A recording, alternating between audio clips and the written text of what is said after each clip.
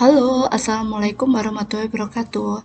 Hari ini kita akan belajar kembali tentang pemrograman berbasis web. Pada bahasan video kali ini, kita akan melanjutkan materi tentang pembelajaran PHP. Adapun yang akan saya bahas dalam video kali ini yaitu tentang searching. Video ini merupakan lanjutan dari materi CRUD dan bagi teman-teman yang belum menonton atau masih belum paham dapat melihat videonya yang terdapat dalam link video ini. Baik, kita langsung saja ya membuka untuk kode editor kita. Sampai di sini dulu ya. Kita kemarin sudah membuat file-file ini ya. Yang terakhir adalah kita membuat file untuk ubah.php. Nah, kita akan running dulu ya programnya seperti apa yang sudah kita jalankan. Kemarin kita memberikan nama localhost /tugas_akhir untuk nama foldernya ya, dan halamannya di halaman yang pertama adalah halaman index.php. Nah, kita sudah bikin ini, kita bisa bikin ini ya, tombol ubah, tombol hapus gitu ya.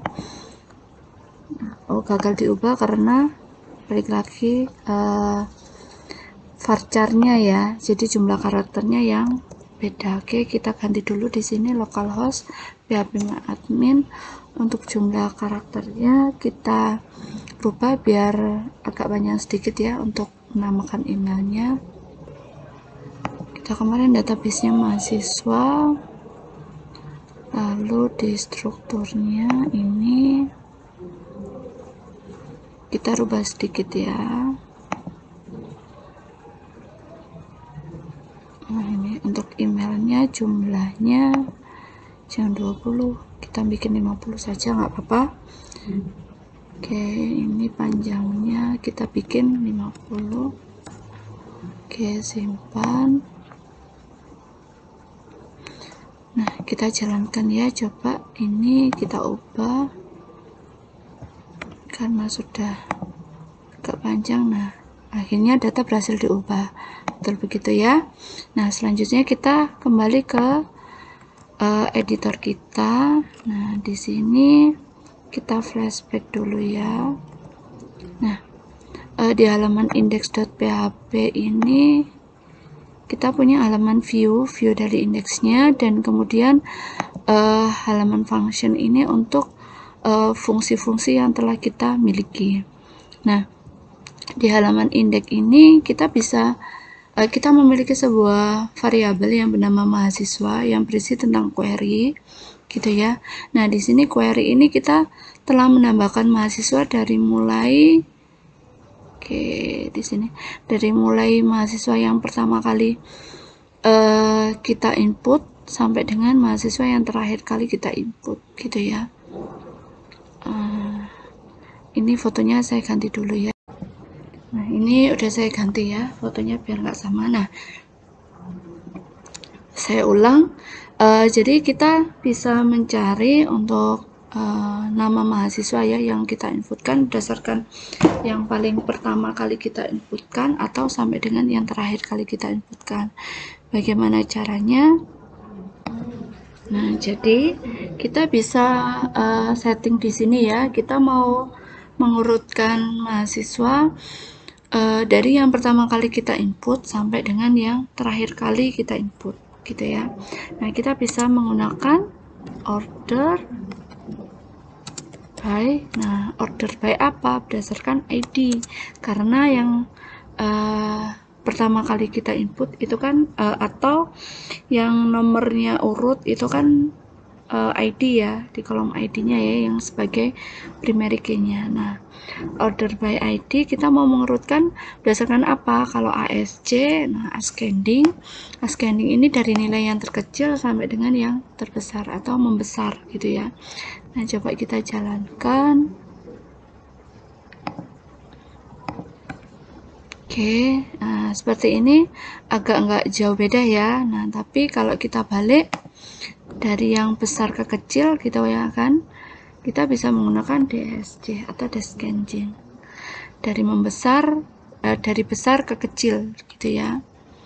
Nah, coba kita jalankan lagi, maka nanti Ya, ini ya datanya akan berurutan dari mulai besar atau yang terakhir kali kita inputkan sampai dengan yang terkecil gitu. Nah, konsep ini yang nantinya akan kita gunakan sebagai konsep searching gitu ya.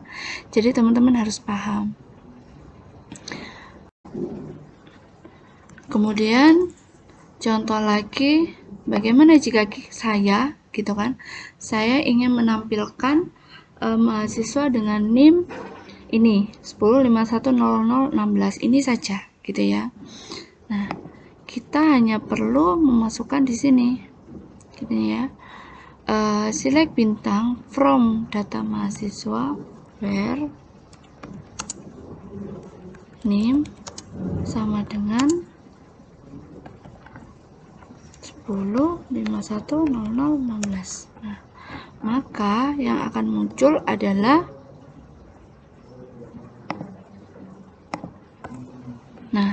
mahasiswa dengan NIM ini saja. Nah, sekarang kita akan membuat searching yang inputannya itu berdasarkan apa yang diinginkan oleh user. Gitu ya. Jadi apa yang diinputkan, kalau user mau menginputkan nama, ya searchingnya harus nama. Kalau user mau menginputkan jurusan, nah searchingnya harus jurusan. Kalau user mau menginputkan NIM, searchingnya juga NIM. Jadi seperti itu ya. Jadi kita akan membuat sebuah function juga gitu ya, function yang digunakan untuk searching. Jadi seperti itu. Selanjutnya, nah kita akan bikin sebuah input text gitu ya. Input text-nya saya taruh di bagian ini saja. Nah, di bagian sini ya, input text. Nah, ini teman-teman enter. Nah, sebenarnya kita cuma butuh input text gitu ya. Input text seperti ini. Ya. Nah, jadi seperti ini ya. Ini untuk user melakukan searching ya, atau meletakkan kata kuncinya di sini, tapi sebuah form input atau input text nggak akan bisa jalan tanpa sebuah form gitu ya. Jadi ini kita hapus dulu, kita bikin sebuah form. Nah, form ini pasti punya sebuah action dan method. Actionnya akan saya lakukan di halaman ini saja ya. Kemudian metodenya saya gunakan push. Nah, kenapa kok saya gunakan push? Karena biar nggak kelihatan gitu ya, biar sebentar. Kenapa saya gunakan push gitu ya? Jadi supaya nggak kelihatan gitu ya di URL-nya. Kalau menggunakan get kan kelihatan di URL-nya gitu ya. Kemudian kita bikin input text, tipenya teks saja, kemudian kita kasih name-nya adalah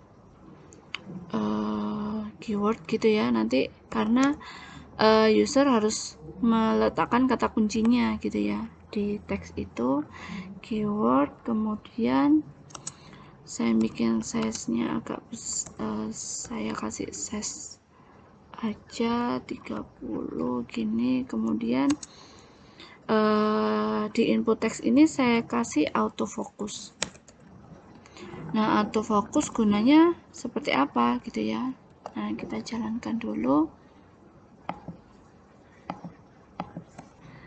Jadi ketika user masuk ke dalam halaman index gitu ya, text field di searching, halaman searching ini dia langsung aktif gitu tanpa memencet apapun. Jadi seperti itu. Kita kembalikan ke sini ya. Ini saya hapus biar datanya yang tampil bisa semuanya. Oke. Kemudian di sini ini saya kasih BR saja biar agak turun. Lalu setelah autofocus, saya ingin memberikan sebuah placeholder gitu ya. Jadi placeholder itu nanti yang ada di inputan di input text itu, tapi tulisan gitu ya, tapi dia akan mati ketika user akan menuliskan sesuatu gitu ya. Nah, seperti gini. Masukkan keyword atau kata kunci pencarian. Nah, coba kita jalankan. Nah, jadi seperti ini. Nah, placeholder gitu ya. Ini masih belum aktif ya searchingnya. Nah, ini masuk ke sini, kemudian kita butuh juga ya tombol buttonnya itu namanya nanti cari, kemudian button type-nya adalah submit, kemudian name-nya di sini name saya kasih cari gitu. Oke, sampai di sini dulu, coba kita jalankan. Nah, jadi seperti ini ya. Kemudian nah ini saat kita akan melakukan pencarian. Nah, di sini kan ini kata kuncinya banyak nih. Nah, kita bikin aja supaya saran ya istilahnya ya, sarannya off gitu ya. Kita bikin auto complete. Nah, kita matikan saja, jadi nggak dikasih saran gitu ya. Nah, nanti jadinya seperti ini. Nah, ini ya, ini nggak ada ya, sudahan ya.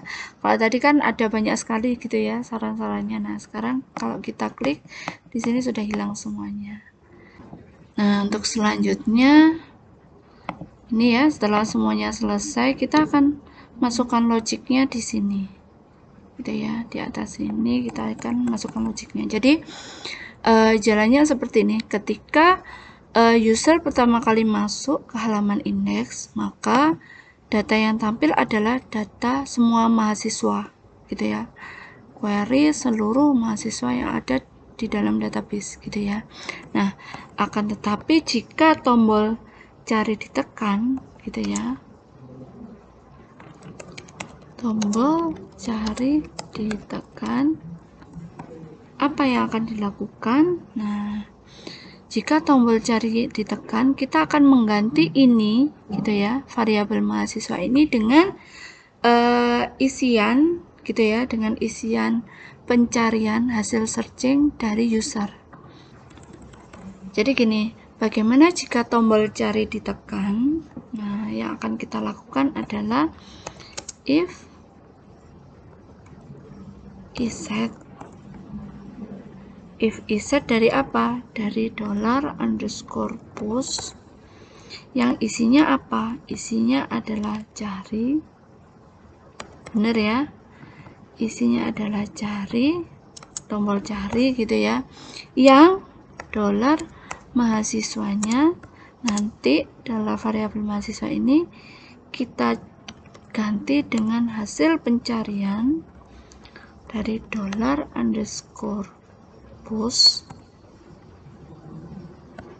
dengan kata kunci keyword.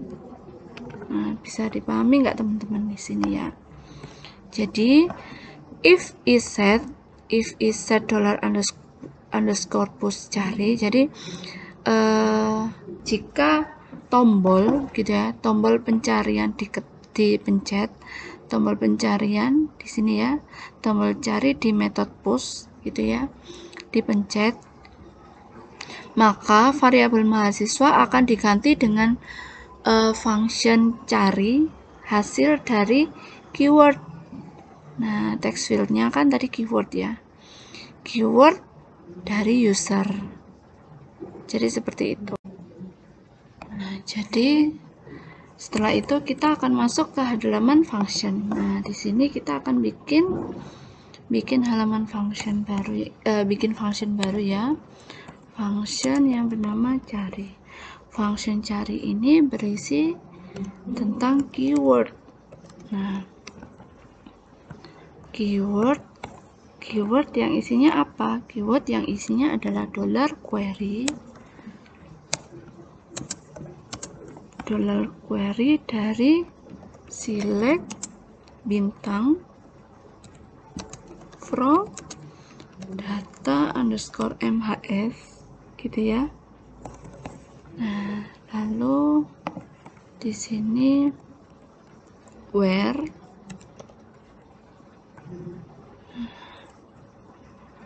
misal kita akan mencari berdasarkan nama dulu ya, nama, like. Nah, teman-teman sudah belajar ya, sudah belajar tentang database ya. Nah, jika like ini adalah sesuatu atau segala sesuatu yang mengandung. Nah, jadi yang mengandung apa gitu ya? Yang mengandung $keyword. Nah, yang mengandung apapun yang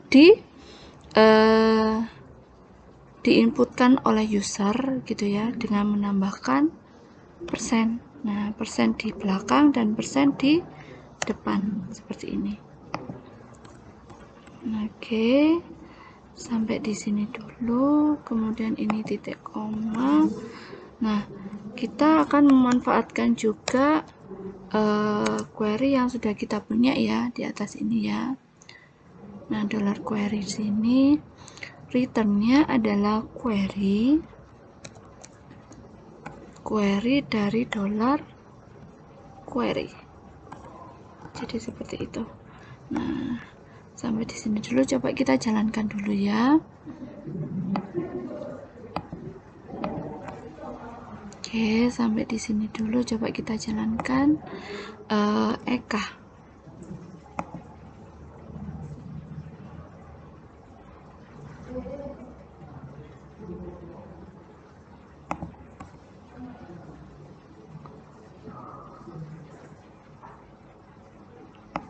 Ya, bintang cari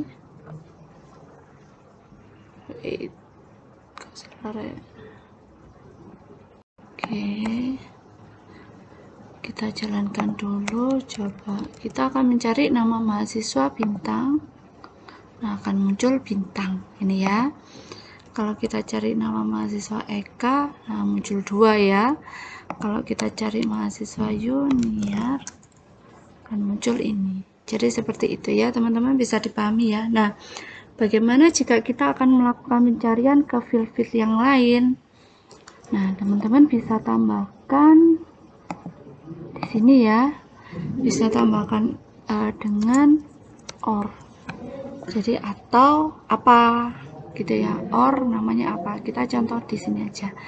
Or name like. Ini saya copy saja ya, keyword kan sama ya. Terus or lagi,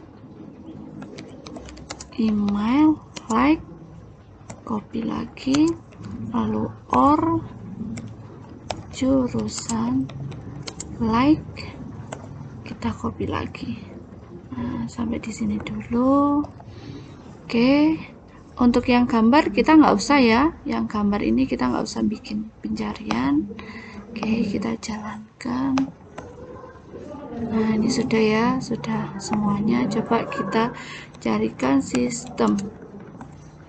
Nah, maka akan muncul seluruh jurusan atau mahasiswa yang berada di jurusan sistem informasi. Kalau kita cari teknologi, nah teknologi informasi akan muncul seluruh mahasiswa yang jurusannya teknologi informasi. Jadi seperti itu, bisa dipahami enggak teman-teman? Kalau nggak ngerti bisa tanya ya teman-teman. Baik, mungkin itu dulu video kali ini. Kita sudah bisa menampilkan gitu ya, menampilkan